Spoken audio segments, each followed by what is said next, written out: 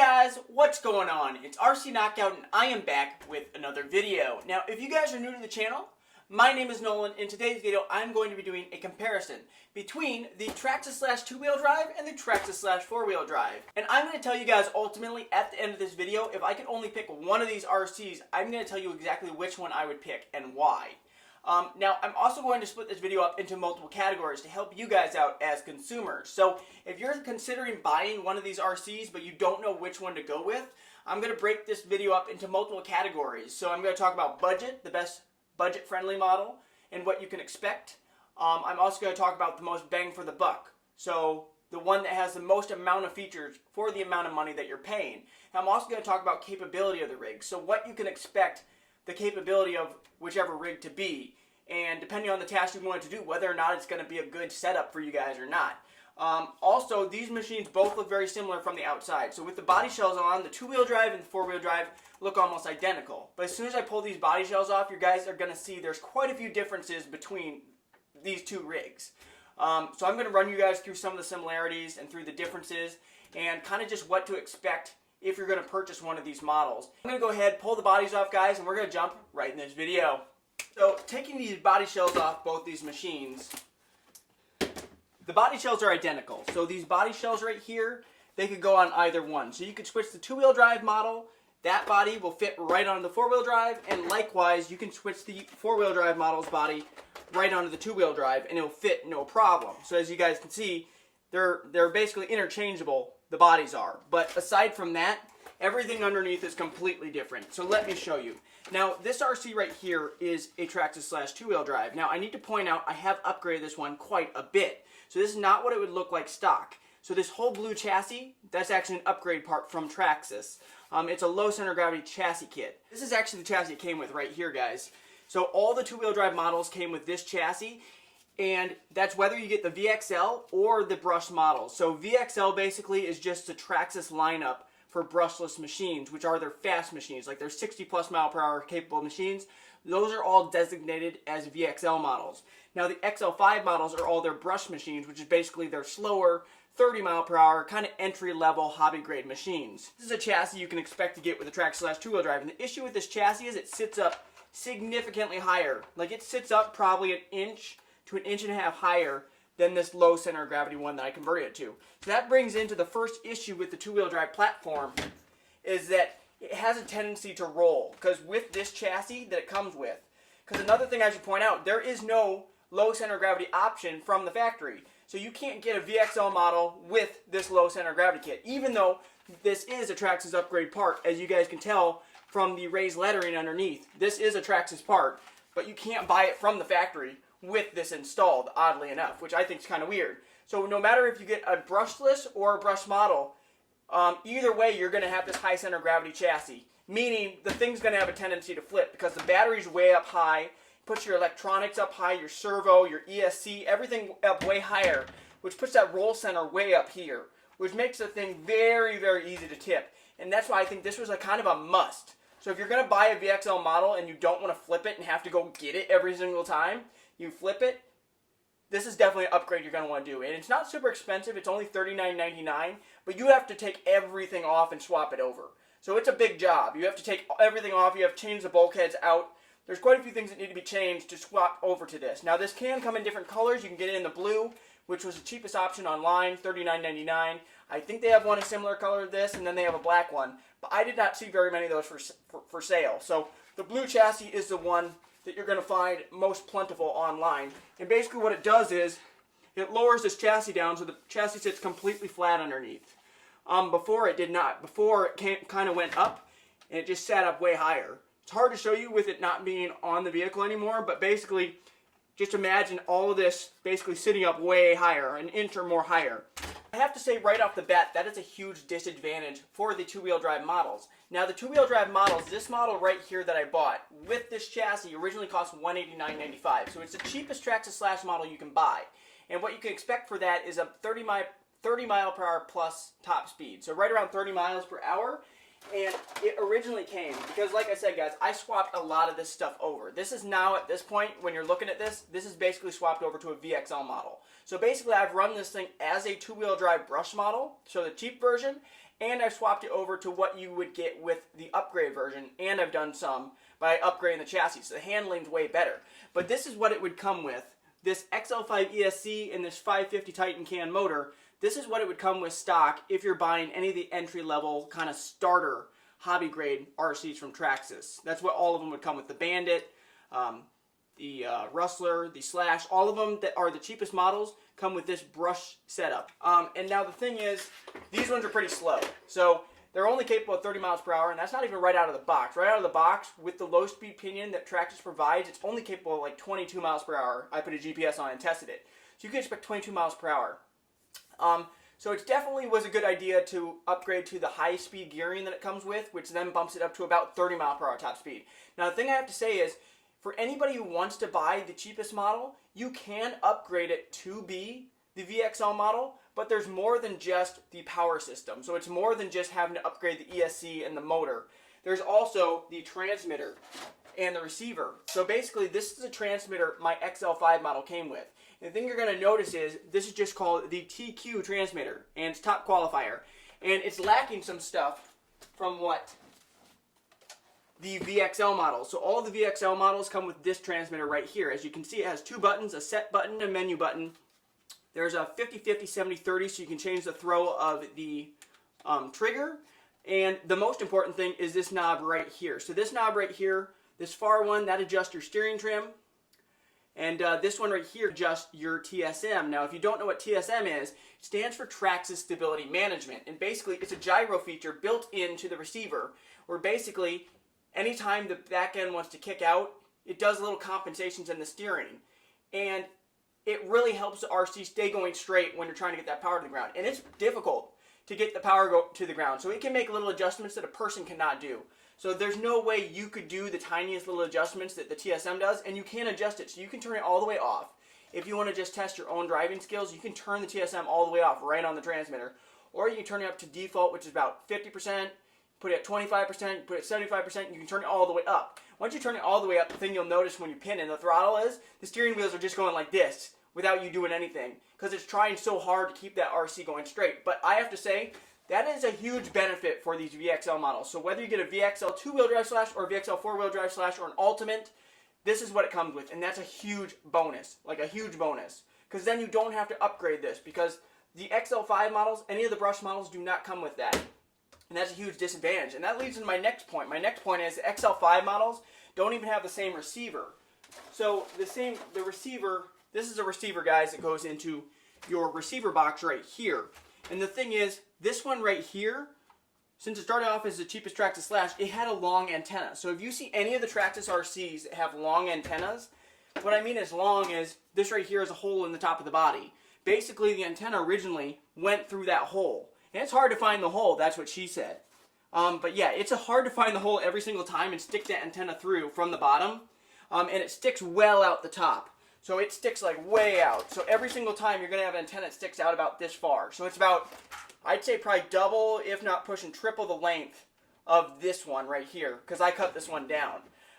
And the thing is, you can't cut it down for this one, because I've tried that on one of my RCs. I tried putting this in my VXL 4x4 E-Revo, and the thing is, that only has a short little antenna like that. And I tried putting this antenna in, because I swapped the TSM receiver out of that to put in this, because that was my plan when I upgraded this RC. So rather than having to go out and buy a new transmitter, or buy a new receiver, I just swapped out one of my other RCs, swapped this one that came in this out of it into that.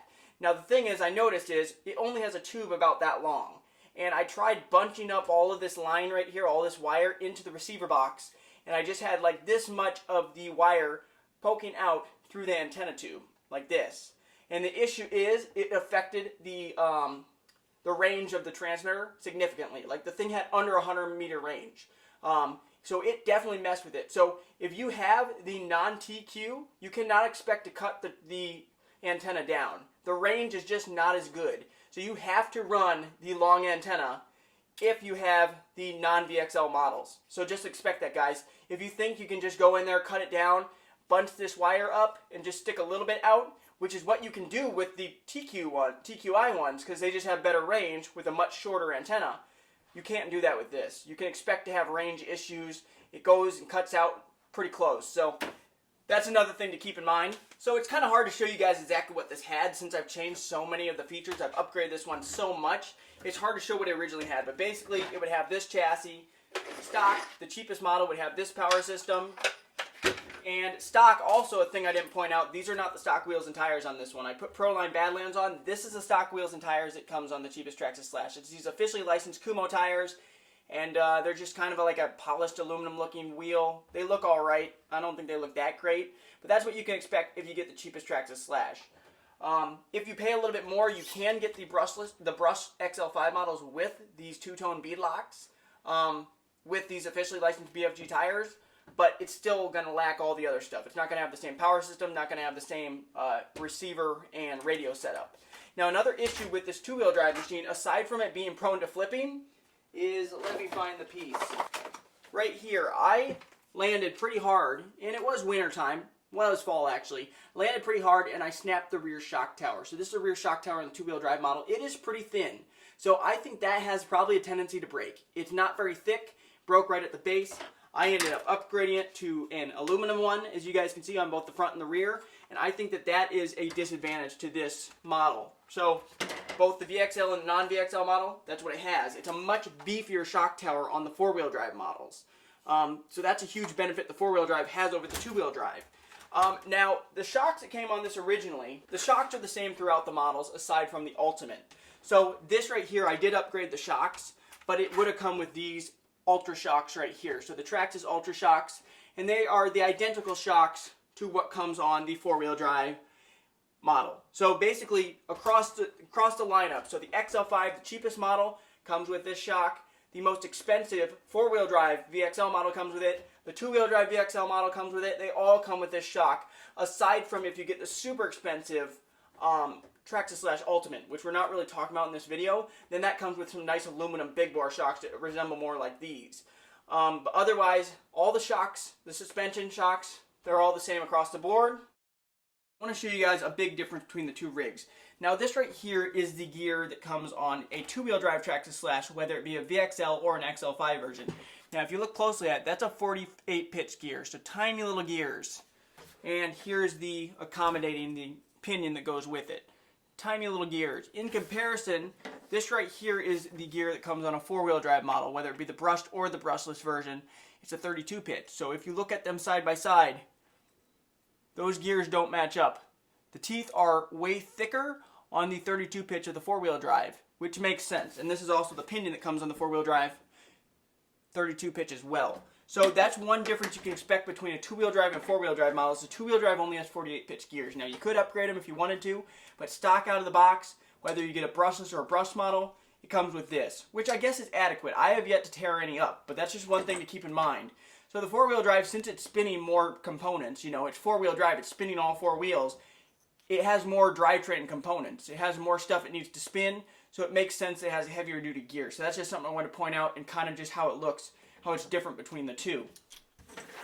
I want to talk a little bit more about the four-wheel drive because I haven't really touched a whole lot on that. So taking the body off, the four-wheel drive looks completely different. Obviously, it spins all four wheels, so you guys can see the drive shafts, 4 drive shafts, 1 to each wheel. Now these drive shafts, you might notice, are metal. From Traxxas, they do not come metal. They are plastic actually, and that's actually an issue with these machines because that is definitely an area that it breaks. They break right at the joint, so right either here or right down in there, they break. Because it's a metal piece, a metal joint that actually is held together with 2 plastic bits. So the ears of the yoke, I guess you would call it, break. That's what happens. It actually elongates because the metal just wears away at the plastic until the plastic ears finally break off. So those you go through like crazy on the four-wheel drive models. I have yet to break a drive shaft on the two-wheel drive, and that's running brush setup, that's running brushless setup. I haven't broken one yet. The stock drive shafts have held up. But on the four-wheel drive, you can expect, unless you loosen your slipper clutch up a ton and you're not getting all the power to the ground, you can expect on hard landings, especially, you're going to break drive shafts, and that basically puts you out of business as soon as you break a drive shaft. So I upgraded to these ones off of eBay.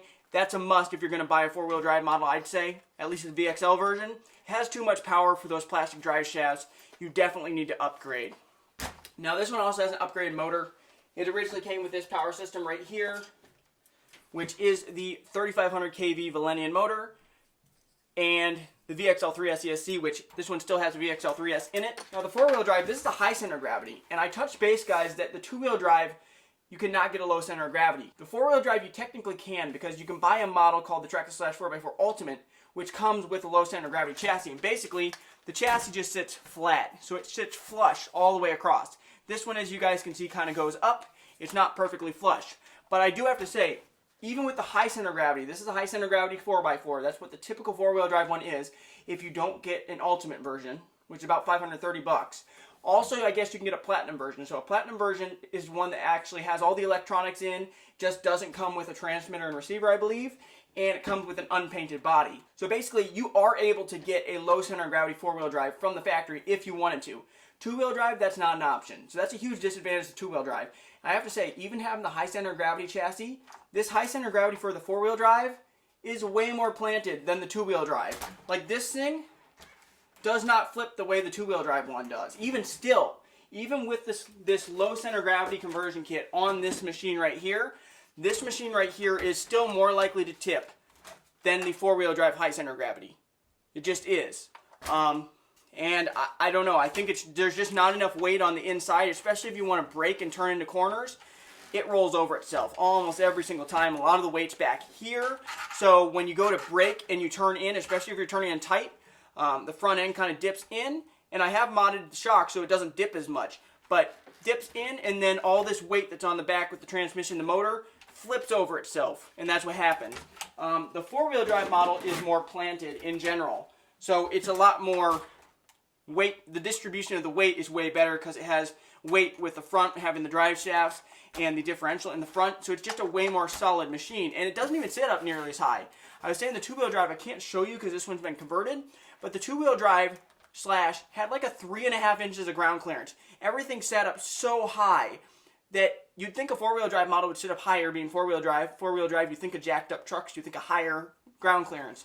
That was not the case with this. With a high center of gravity slash, it actually has lower ground clearance, but it's way more better handling than the two-wheel drive models, no matter which one you get. That's going to kind of bring me into my conclusion on this video, guys, because I think at the end of the day, the best bang for the buck is a four-wheel drive. The four-wheel drive brushless version. So the VXL four-wheel drive is a much better machine than the two-wheel drive. Even with the high center of gravity chassis, it's more planted than the two-wheel drive is. Everything else is held up on this RC. I've never replaced differentials. I have replaced a spur gear here and there. So this gear right here I've replaced because it's plastic. Torn up a few of these. Had to replace a slipper clutch down in here before. Aside from that, it's just been drive shafts, I believe. I think the servo did conk out at one point. I had to replace the servo, but overall, you're getting the most for your money with the four-wheel drive slash the VXL model because you have four-wheel power. It's just more fun. You can get through worse terrain. Only benefits of the two-wheel drive is you break less parts because it's only usually the rear wheel spinning. Well, it's only going to be the rear wheel spinning. So the two-wheel drive has less drivetrain components that can fail. Now, I did explain on the two-wheel drive shock towers are weak. I think the rear shock tower at least is a big flaw on that. Four-wheel drive shock tower is way better. Now, I would not waste my money on the 4x4 Xl5 model because for 320 bucks, you get this brushed power system, and I don't think it's very good. I don't think it's worth the 320 bucks you're paying because if you wanted to upgrade it to the 4x4 VXL version, you're paying at least 130 bucks just to get this stuff alone. So it only costs 80 bucks more roughly, 80, 90 bucks more for this machine from the factory. And if you want to get the TQI transmitter and receiver, that's at least another 80 bucks. So you're paying over 200 some dollars just to get it up to the point. So it's best to start off with that slate to begin with, I believe. My conclusion, guys, for the amount of money you pay, the one that makes the most sense, even budget-wise, if you have the money, at least spring for the VXL two-wheel drive version, because then at least you have the VXL system. You do get the TQI transmitter, which that right there is going to cost at least 80 bucks. So for about 300 bucks, this is what you can get. This is probably the cheapest slash that you should go for. If you have the money, this is what I would spring for. Now, you can still do better than this still, because the handling of this one isn't the greatest, because it has a high center of gravity chassis stock. Even with the low center of gravity, still doesn't handle the greatest. But if you want the ultimate RC that's the best bang for the buck, the best performance overall, I'd go with the four-wheel drive. That's why I think this is ultimately the way to go. If you upgrade the drive shafts, This thing's pretty well golden, and this is just an awesome RC, much more capable than the two-wheel drive. So I think if I'm going to put my money towards an RC, I'd go for the four-wheel drive VXL model, which is going to cost you about $400. I wouldn't spring for the $320 4x4 Xl5.